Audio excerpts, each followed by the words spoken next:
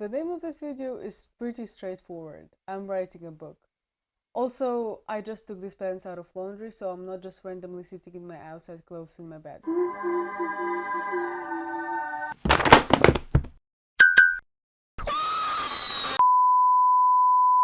February of 2024, I walked out of the cold exam room, having just finished my last semester 1 exam, to the warm, sunny bath, and I made myself a promise that I'm going to write a book. May 2024 was when I wrote my first word of it. The empty Google Doc was defeated, and I started something that I would not get tired of or bored of for the rest of the time after. I don't know if I will ever finish this or if I will ever post this anywhere, but today is the 23rd of May 2024. A couple of days ago, I finished my first year of university and I started writing a book. I started writing a book that I feel really passionate about. I had some, like, I wrote some stories before, but I've never felt as passionate as and as interested in a plot that I created before. So uh, let's just see how it goes and if it actually goes anywhere. So in this video, I want to talk about a few things. So first thing is I want to talk about my prior attempts to write the book, because there have been a couple of times when I was like, I am writing a book, and then I wrote a couple of chapters and just forgot about it. The second thing is obviously the short synopsis of the plot and what this one is even going to be about. The third thing I want to talk about is publishing and what my hopes and fears and plans are. And finally, just a little bit about my writing process and how I try to balance it with my studies, because I have a very busy university year this year. When it comes to early attempts, I think my earliest attempt to write a book was when I was 12 or 13, no, 12. But the thing about that book was I just love to draw.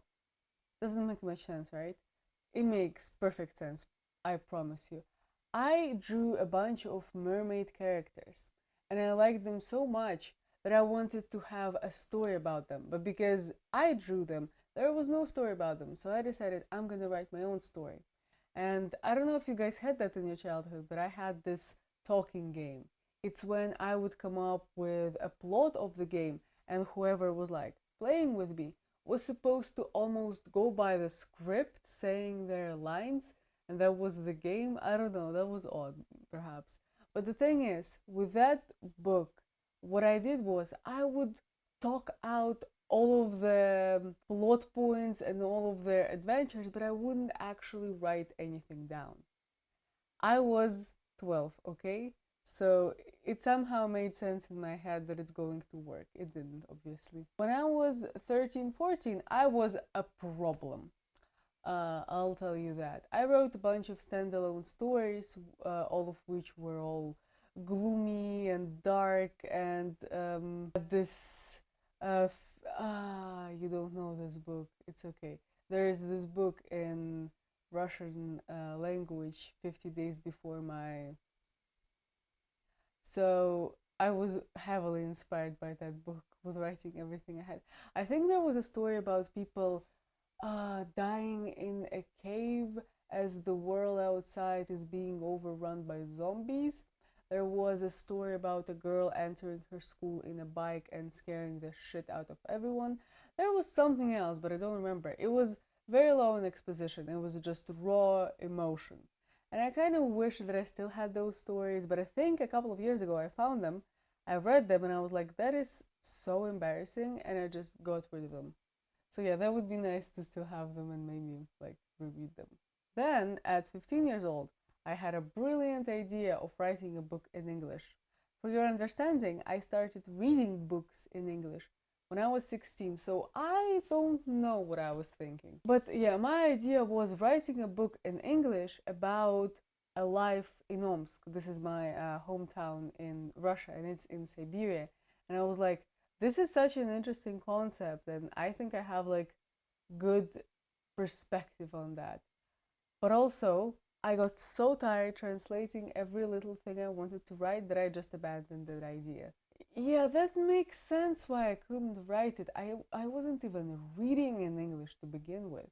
So after that time, I think I kind of abandoned the idea of writing a book ever, and I started journaling instead because I still wanted to write out my thoughts.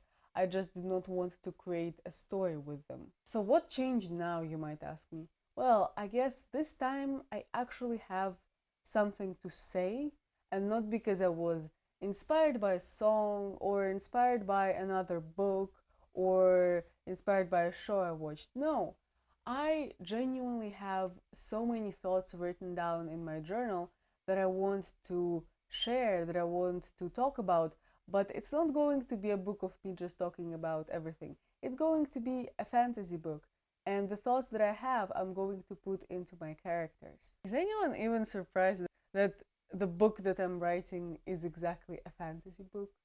Because I wasn't surprised. I don't think anyone will be surprised. The synopsis of the plot is, what do you think is going to kill humanity?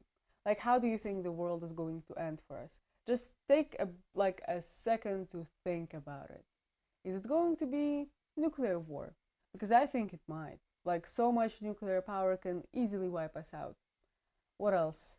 A disease, something living from space, or maybe not living.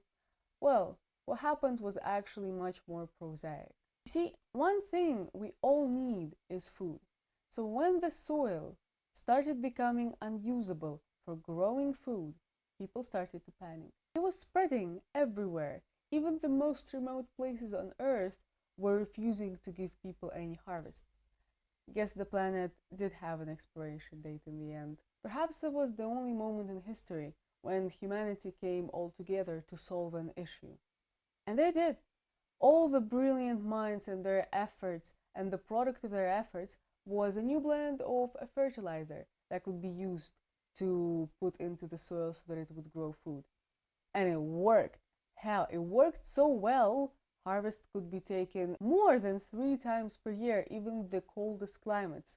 Go that way, and the problem of the world hunger could be solved. It would be that way until people started dropping dead. Farmers felt it first. People were just dropping paralyzed in the fields, and nothing helped with the paralysis. They were just dying of dehydration. Those who managed to get medical help, they were just frozen in time. The second wave of panic was worse. The fertilizer released some gases so poisonous into the air, they were just wiping out the humanity. That's when the fortress was built. A massive construction finding its roots deep in the ground and then stretching high into the sky. It was the salvation. People were leaving their homes behind just so that they could live in the fortress, in the cube that now contained what was left of all the living, breathing things on Earth. The fortress was a new start, another chance. And every new start requires a clean slate. Greed and injustices poisoned the earth just as much as the gases from the fertilizer. So a new social system was set up, more equitable social structure, the social crediting system. Each and every survivor was assessed on their non-monetary qualities, their character, their cognitive abilities, their moral compass, and most importantly, their commitment and dedication to the fortress as the savior. Those who scored more were slowly moving up in sectors as new sectors were being built to comfortably accommodate all the people living inside. Those who scored less were moving down in sectors, staying underground, and those who were living in the higher sectors could even enjoy the deceptive brightness of the sun. The first sector, the deepest one underground, housed the prisoners, as everyone deserved a chance for a new life. A long time had passed since the fortress was built. Hundreds and hundreds of years of construction and progress, and the fortress now stands at 10 sectors high, 3 sectors underground, 7 sectors above. Soren is a teenage boy. His life is difficult but no different than for any other undergrounder. He just failed his high school exams, so now he has to go and find a job in his Sector 3, which is primarily focused on market trade and processing goods from the sectors below. His granddad would not allow a parasite to live in his house.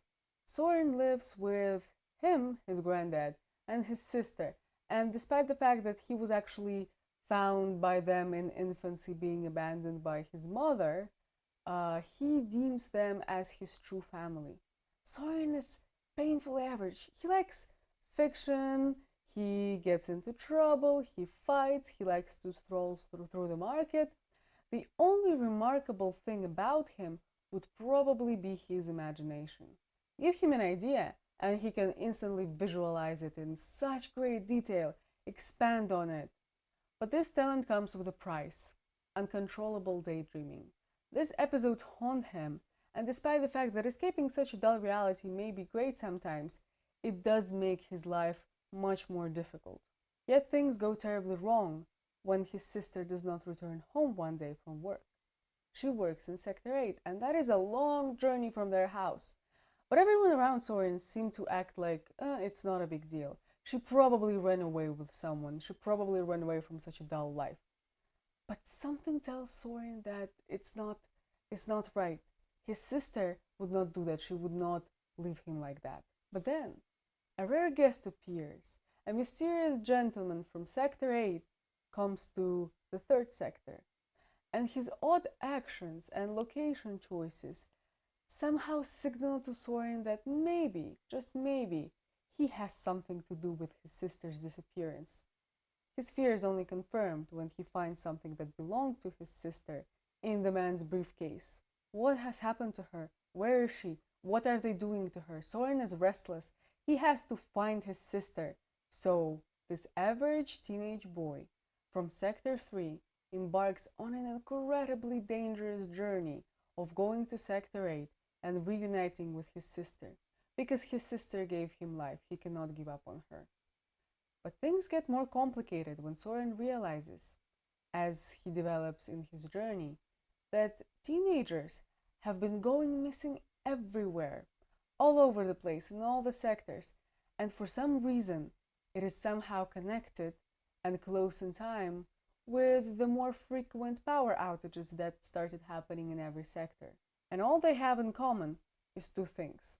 They're somehow connected to Sector 8, and they have some sort of creative talent. But wait, did his sister have a creative talent? Soren now has to find out what is happening, who and for what is stealing teenagers, and why do Soren's daydreams become stronger the higher he goes. All that Soren will have to find out during his journey. But will this journey give him something more? Will it give him knowledge of how people there live? Because all the knowledge Soren has of those lucky people in the higher sectors comes from online. And we all know, do not trust everything you see online. This is a story about perspectives. It is about finding the truth in a world where everything can be redacted, deleted, erased, even people. It is about whether a great idea should never be questioned just because it simply solved a problem. It's also about people. It's about the complexity of class, friendships, but most importantly, it is about family. What is it? Who and when decides that you are a family with a person? And how far will you go for them? So, this is a not so brief synopsis of the plot of my book, and honestly, it has been so difficult not to info dump right now. But what I wanted to say is if you have any thoughts and maybe any opinions, please share them, because everything I got so far was just praise from my friends and family, and I do not believe in 100% positive reviews. I do not know when I will finish this because I only move the plot forward when I feel like inspired. And my university began, and it's like the placement applications and lectures and everything. So I don't know. Right now, I have 7 chapters that I would be ready to show the world, and 2 chapters that I'm currently working on. But one thing I know for sure is when I finish it, I will for sure try to find a literary agent. I do not want to self publish. Um, I don't have anything against it. I read self published books and they're great. But I just know for myself, I will try to get a literary agent and a publishing deal. I know it sounds overly ambitious, but dream big, right? Just know for myself that if it doesn't work out like I planned, I'm probably just going to post it somewhere online and just leave it at that. or maybe never show it to anyone and cry myself to sleep for like a month. I don't know. My writing process in the summer was just me writing whenever I wanted and editing also whenever I wanted. Those good times. Now, as classes began and placement applications, it's getting a little more difficult to find the time to write. But what I found out about myself is it's easier for me to write creatively in the evening. If you know me, you probably know that I get quite dramatic in the evening, so I guess maybe that is what is helping me. This is why I allocate 1 or 2 hours per day every evening when I just go to the common area here or here in my bed and I just write creatively and I don't worry about punctuation or spelling or anything. I just write. And then in the morning, depending on my schedule, I find some like a gap in between my lectures and just edit whatever I wrote the night before. Sometimes, yeah, I do stare at my screen thinking, what the hell is that? Like, what did I mean here? So, well, actually, I think by the time I post this video, I'm already going to have 8 edited chapters. I think I might be posting some writing vlogs here, depending on whether I will have a full day just for writing. So that's it for now. Wish me luck and subscribe to my channel. And I think I'm late for my lectures.